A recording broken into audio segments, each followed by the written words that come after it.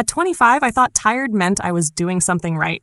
If I was exhausted, I was working hard. If I was overwhelmed, I was ambitious. If I had no time to breathe, I must be on the right track. I wore my hustle like armor, proof that I was valuable, productive, disciplined, deserving. The people around me praised it. No one asked if I was okay. They just said, "You're killing it. You're doing so much. You're going places." And I was. I just didn't know I was speeding toward a version of success that would break me. I told myself rest was lazy, that naps were for people who didn't want it bad enough, that downtime was something you earned after you'd poured yourself out completely. But what I didn't realize, I was building a life that had no room for me in it, a schedule full of deadlines and expectations, and no space to actually feel alive inside it. No time to pause, to heal, to reflect, to enjoy what I'd worked for. I thought burnout was just a phase. Now I know. Burnout is your soul trying to whisper what your mind refuses to hear. You were never meant to live like this. If I could go back to 25, I'd wrap her in the gentlest truth. You don't have to earn your rest. You are allowed to be whole now. When I was 25, I believed hustle culture was truth. Not just a way to succeed, but the only way. I believed rest was weakness. I believed slowing down meant falling behind. I believed that being busy was a badge of honor, that success had to feel like struggle, and that burnout was just the cost of ambition. Hustle culture told me, sleep when you're dead. If you're not grinding, someone else is. You have the same 24 hours as Beyoncé. Work hard now, enjoy later. And I swallowed it whole. I set 5 a.m. alarms to prove I was disciplined. I took pride in skipping meals, skipping breaks, skipping birthdays, all in the name of the grind. I turned everything into output. Books were no longer for joy. They were for strategy. Conversations were for networking. Free time was for optimizing. Even rest had to be productive. I didn't know how to exist without earning it. And for a while, I was applauded for it, promoted, praised, perceived as driven. But deep down, I was unraveling. I was anxious, exhausted, and constantly behind, no matter how much I got done. There was always more to prove. Another task, another goalpost moved just a little further away. Because hustle culture isn't about achievement. It's about addiction, to validation, to perfection, to being seen as someone who's doing it all. What they don't tell you is that it never stops asking.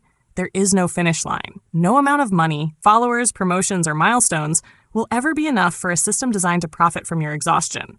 But at 25, I didn't see it. I thought I was in control. But really, I was being controlled by a culture that equates rest with laziness, quiet with failure, presence with wasted potential. It took breaking down for me to start questioning it, to realize that maybe the system was broken, not me. That maybe rest wasn't a weakness, but a rebellion. That maybe my worth was never meant to be measured by how many hours I could go without breathing. If I could go back to 25, I'd sit beside her at her laptop at 1:37 a.m., answering one last email, eyes stinging, chest tight, and whisper, "You're not more valuable because you're more exhausted. You're not a better human because you sacrificed yourself. You don't have to prove your worth through pain."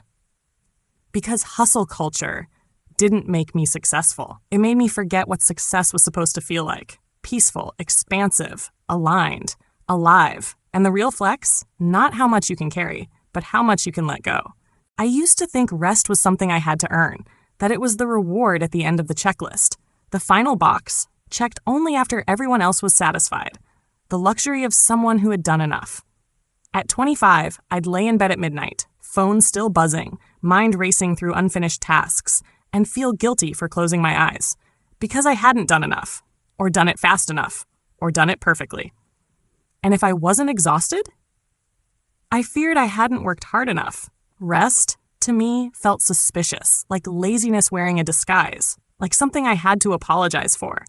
So I avoided it, until my body started asking for it in a language louder than words.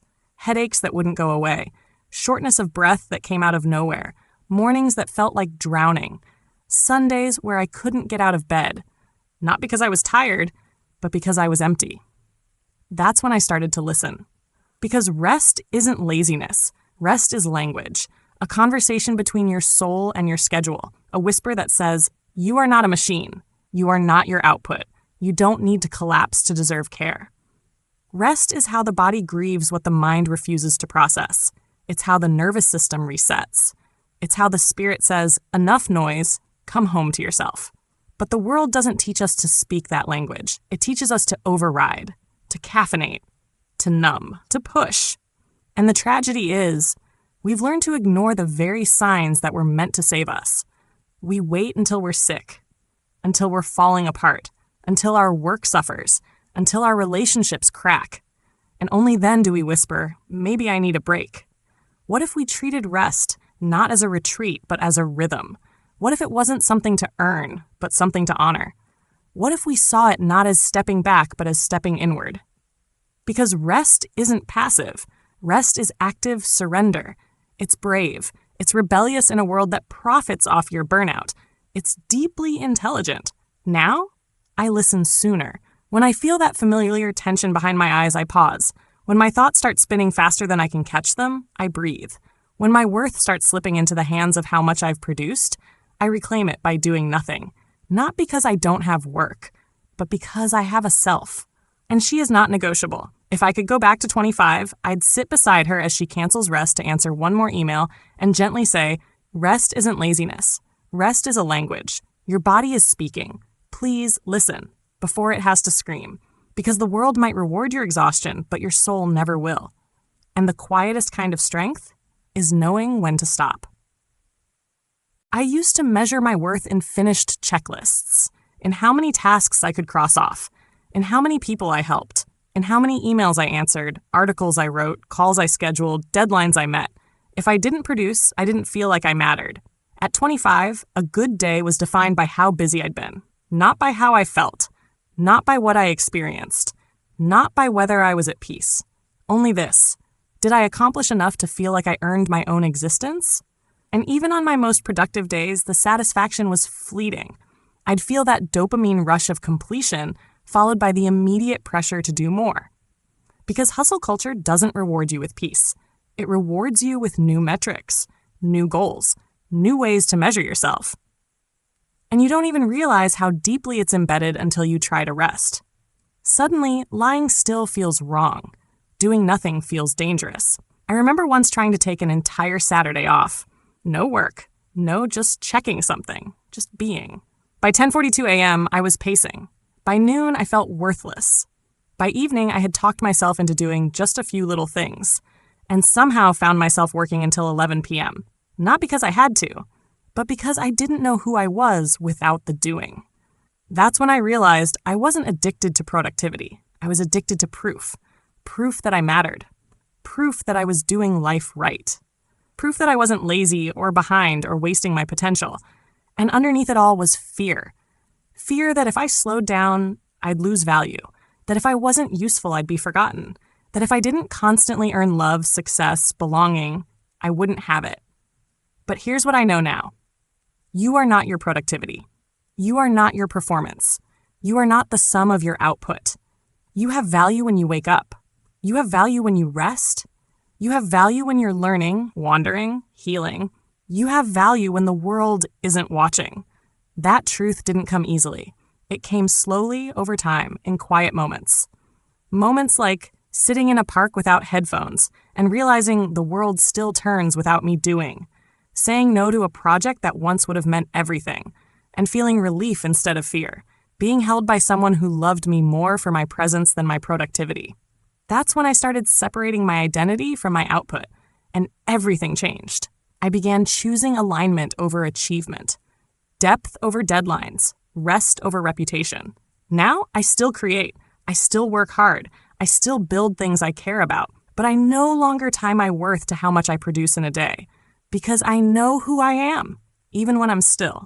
If I could go back to 25, I'd kneel beside her as she checks her email again during dinner and whisper, you don't have to earn rest with exhaustion. You don't have to perform your value. You are already enough. Even now, even here, especially here. Because your worth isn't found in how much you do. It's in how deeply you exist. There was a time when if someone asked me, how are you? My automatic response was, busy. Said with a half smile, a shrug, and a kind of exhausted pride, like I wore it as a badge of honor. And I did. At 25, busy felt like proof. Proof that I was important, that I was moving, that I mattered. I stacked my days with back-to-back commitments. I triple booked my calendar and called it ambition. I said yes even when I had no room left to breathe. And when people noticed how much I had on my plate, they said things like, "Wow, you're doing so much. You're unstoppable. I could never keep up with you." And I wore their admiration like armor. Because under all that movement, I didn't feel unstoppable. I felt afraid to stop. Because what would happen if I slowed down? If I said no? If I had nothing productive to show for a day, a week, a season? Would I still be valuable? Would I still be wanted? Would I even know who I was? The truth is, busy wasn't just my default answer. It had become my identity. I didn't know how to sit in stillness without shame. I didn't know how to exist without earning my space. Until one afternoon, when I caught myself checking off tasks on a list I didn't even care about. Achievements I didn't even want. Saying yes to people I didn't trust, in environments I didn't feel safe in. And I paused, for the first time in a long time. I looked around and asked, who am I actually doing this for? Not for myself. Not anymore. I was performing productivity for applause, for identity, for fear of what the silence might say about me. And in that moment, I did something radical. I stopped. I canceled a meeting I didn't need to take. I skipped a networking event that gave me anxiety. I closed my laptop at 4 p.m. and I went outside. No agenda, no destination, just me, just air, just space to remember myself. And for the first time in years, I didn't feel guilty. I felt free. That was the day I took off the busy badge. Not because I didn't still have goals, not because I didn't care, but because I finally understood. Being busy isn't the same as being fulfilled. Being in motion isn't the same as being in alignment. Busy had become a buffer, a distraction from feeling, from facing, from living. Now, I choose fullness over busy, presence over performance, energy over ego. I still have seasons of hard work, but they're intentional, not impulsive. Not because I'm afraid of being still, but because I've rested long enough to know why I'm moving.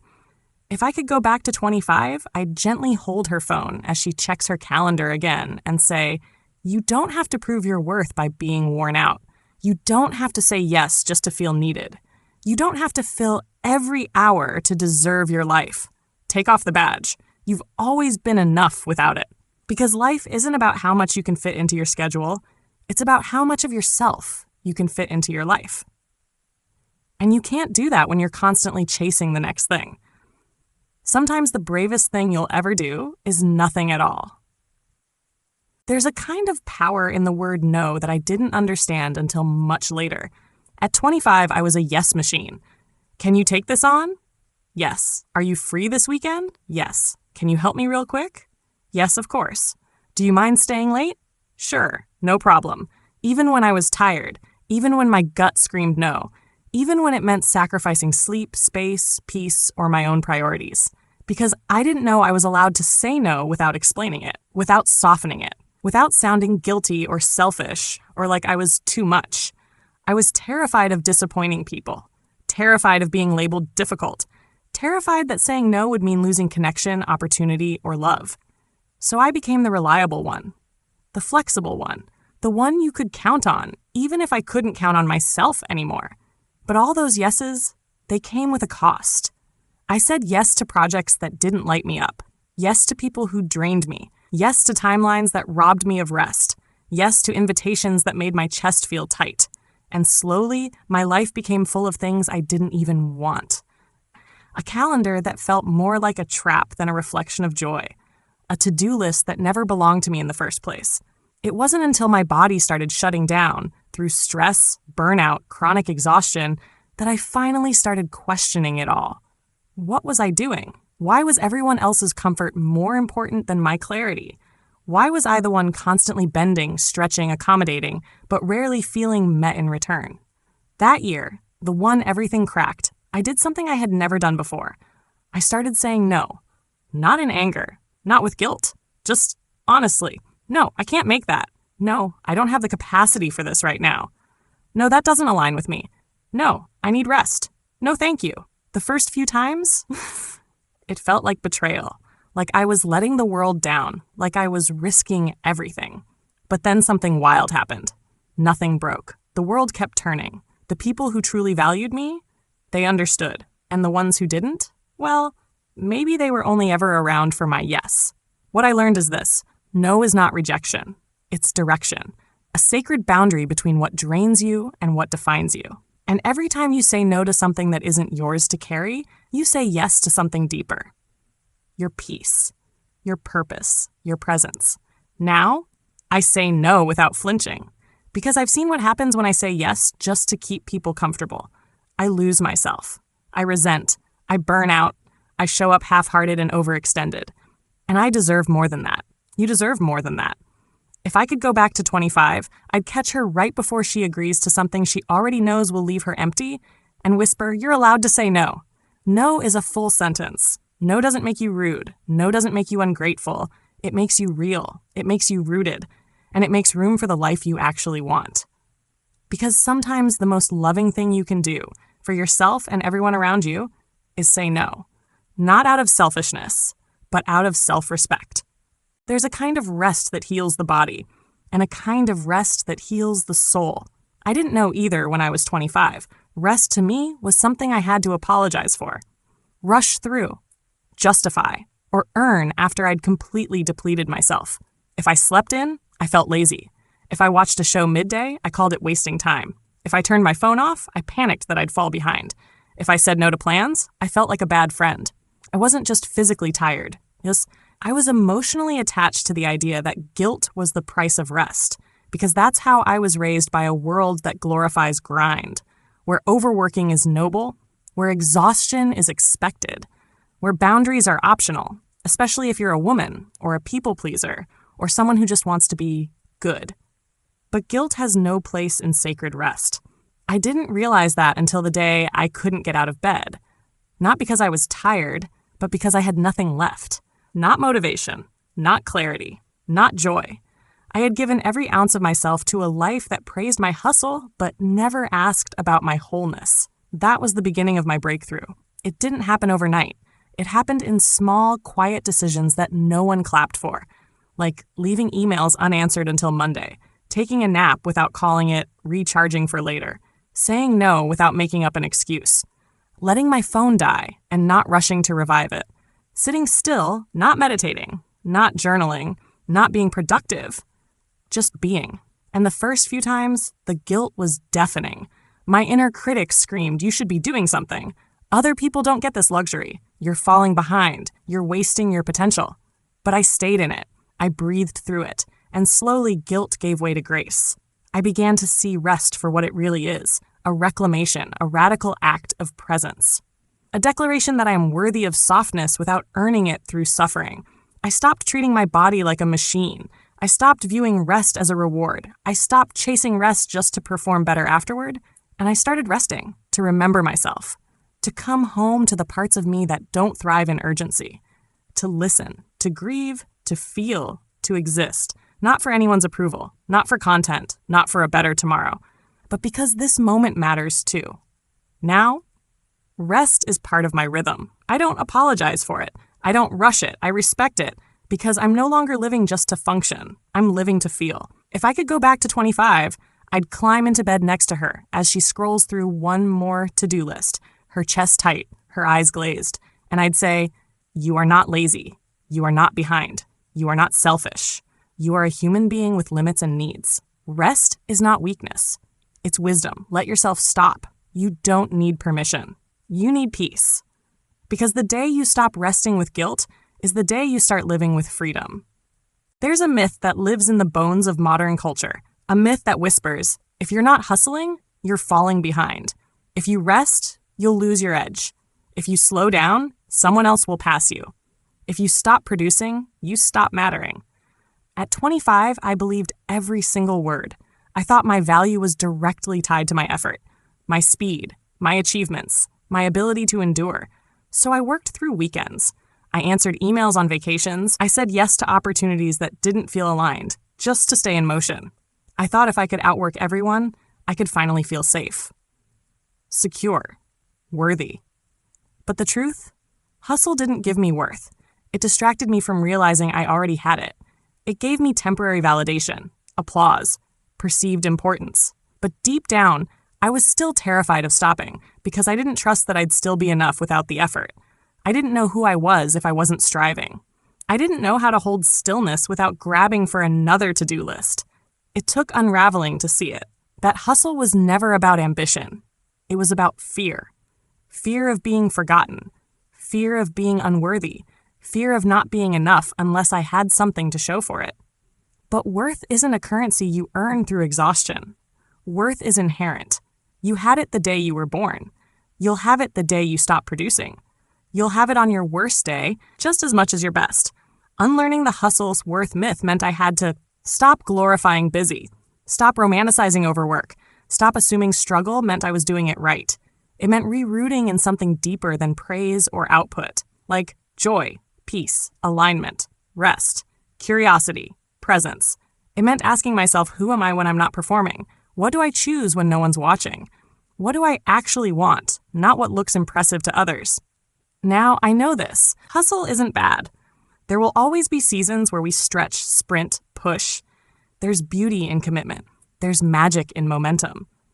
But the moment hustle becomes your identity, you lose the very self you're hustling for. If I could go back to 25, I'd walk beside her on that late night she's driving home. Laptop buzzing in her passenger seat, heart racing with another project she said yes to out of fear of being left behind. And I'd whisper, "You don't need to prove you're enough. You already are. You don't have to outrun your own life. You're allowed to slow down, to choose rest, to choose yourself. Because hustle might get you ahead, but wholeness is what lets you stay there. And the only thing worth running toward is the life that actually feels like yours." For most of my 20s, I believed success looked like motion. Always being on, always creating, always chasing the next thing. Stillness, to me, felt dangerous, unproductive, lazy. I thought if I wasn't moving, I was missing out, falling behind, wasting time. But the deeper I went into hustle, the further I got from myself. Every achievement felt a little more hollow. Every milestone came with an immediate question. What's next? I never gave myself time to celebrate, to breathe, to feel the life I was building. It was go, go, go, win, win, win. And inside, I was numb. Until the day I stopped. Not because I wanted to, but because I had to. My body said no more. My mind stopped cooperating. My creativity dried up. My joy evaporated. I was functioning barely, but I wasn't living. And in the pause that followed, I met stillness. Not silence, not avoidance, not passivity, but a full-bodied, soul-deep stillness that whispered, "There's something here you've been running from. There's a version of you that can only be found in quiet. There's a deeper kind of success waiting, but you won't hear it if you don't stop moving." So I did. And at first, it was uncomfortable, like withdrawal. I didn't know how to sit with myself. I didn't know how to feel without fixing. I didn't know how to let joy arrive without earning it. But day by day, I softened. And in the stillness, I discovered things I'd missed for years. The sound of my breath when I wasn't rushing. The softness in my body when it wasn't bracing. The ideas that came when I wasn't forcing anything. The truth that surfaced when I stopped drowning it in busyness. That's when I learned stillness isn't the opposite of success. Stillness is the foundation of it. Because success isn't just what you build. It's how it feels to live inside the life you're building. And in stillness, I built things that hustle never gave me. A relationship with myself that wasn't transactional. Clarity on what actually mattered to me. Peace that didn't vanish the second the workday ended. Creativity that flowed from alignment, not pressure. Confidence that didn't rely on constant external validation. Stillness became my secret weapon. The space where I heard my real voice again. The pause where the next right move became clear. The quiet that reminded me I'm not just here to achieve, I'm here to experience. Now, I don't wait to burn out before I stop. I make space for stillness on purpose. Walks with no headphones, coffee with no phone, mornings without checking email, evenings spent watching the sky shift colors. No goal, no agenda. And somehow my life expanded. Not because I did more, but because I needed less. If I could go back to 25, I'd sit beside her on the train, eyes glued to a screen light, heart racing toward the next deadline, and whisper, "There's a kind of success that doesn't make headlines, but it makes home in your body. It's found in ease, in breath, in joy that doesn't need to be posted. Slow down. There's gold in the stillness. Because the success that matters most is the kind that doesn't cost you yourself. There was a time in my life when burnout wasn't just accepted. It was celebrated. We called it the grind. We wore our dark circles like medals. We bragged about how little we slept, how full our calendars were, how we hadn't taken a day off in months. At 25, I thought burning out meant I was doing something right. Because that's what the culture told me. If you're not falling apart, you're not trying hard enough. If you're not constantly tired, are you even working? We turned suffering into status, and I bought into it. Every time I pushed past my limits, I told myself I was leveling up. Every time I ignored my body's signals, I told myself I was building resilience. Every time I worked through pain, I called it dedication. But inside, I was unraveling. My body was screaming in whispers I didn't yet understand. Tension headaches, tight chest, digestive issues, short temper, insomnia. My mind was foggy. My emotions were fragile. My passion was fading. And still, I kept going. Until I couldn't. Because that's the thing about burnout. You don't see the crash coming until you're already in the wreckage. And when it hit, no award, no applause, just silence, emptiness. And the harsh realization that I had no energy left to give, not even to myself. That was the turning point. The moment I realized burnout doesn't make you a hero. It makes you human, asking for help in the only language it knows, shut down. Burnout is not a badge of honor. It's a warning sign that something inside you is being ignored, traded, exploited. For what? Validation? Fear of falling behind? A version of success that only looks good on paper? Now, I no longer glorify burnout. I no longer brag about being so busy. I no longer romanticize pushing through the pain. I no longer chase goals that require me to disappear in the process. Instead, I honor my body's limits. I choose sustainable pace over endless hustle. I value peace as much as progress. Because success isn't measured by how much you can endure, it's measured by how much you can enjoy. And joy doesn't grow in the soil of burnout. It grows in boundaries, in rest, in truth, in doing what lights you up without setting yourself on fire to do it. If I could go back to 25, I'd take her hand as she powers through another late night, eyes bloodshot, heart heavy, and I'd say, "You're not weak for needing rest. You're not behind because you slowed down. Burnout is not a rite of passage. It's a red flag. You deserve a life that doesn't require you to be in crisis mode to feel seen. Because the most powerful thing I've done for myself was unlearning the lie that my worth increases the more I ignore my needs. Now, I don't crash. I pause. I listen. I protect the flame inside me so it can burn long, bright, and on purpose. If you're 25 right now, I want you to know this. You do not have to be exhausted to be impressive. You do not have to be overwhelmed to be worthy. You do not have to be constantly producing to be enough.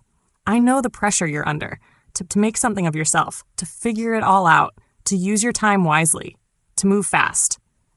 Be first. Stay relevant. Keep up. Keep going. You're fed messages daily that tell you you only get one shot. Now's the time to grind. Sleep is for the weak. You can rest when you're successful, but here's what no one tells you. Success without self is not success. And rest isn't the opposite of ambition. It's what makes it sustainable. If you're 25 right now, I hope you know that it's okay to unplug, to go quiet, to not be on all the time. It's okay to take naps, to log off, to say no, to spend a whole weekend doing absolutely nothing and not feel bad about it. You don't need to feel guilty for choosing peace. You don't have to explain your need for stillness. You don't need permission to listen to your body. Because your body remembers what your mind tries to forget. That you are not a machine. You are not your output. You are not a checklist or a brand or a schedule. You are a living, breathing, beautiful, complex human who is allowed to rest. At 25, I thought rest made me weak. Now, I know rest makes me wise. Because when you give yourself space to breathe, you begin to hear your own voice again. Not the voice of expectations. Not the voice of pressure. Not the voice of hustle culture. Your voice. The one that asks, what do I actually want? What does success feel like to me? What am I doing just for applause? What would I create if I wasn't trying to impress anyone? If you're 25 right now, I want you to stop chasing a version of success that was never yours to begin with. Don't build a life that looks good and feels empty. Don't climb ladders that lead you away from your soul. Don't run so fast you forget why you started.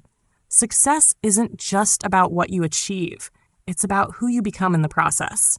And if the process is erasing you, it's okay to change direction. You can redefine everything.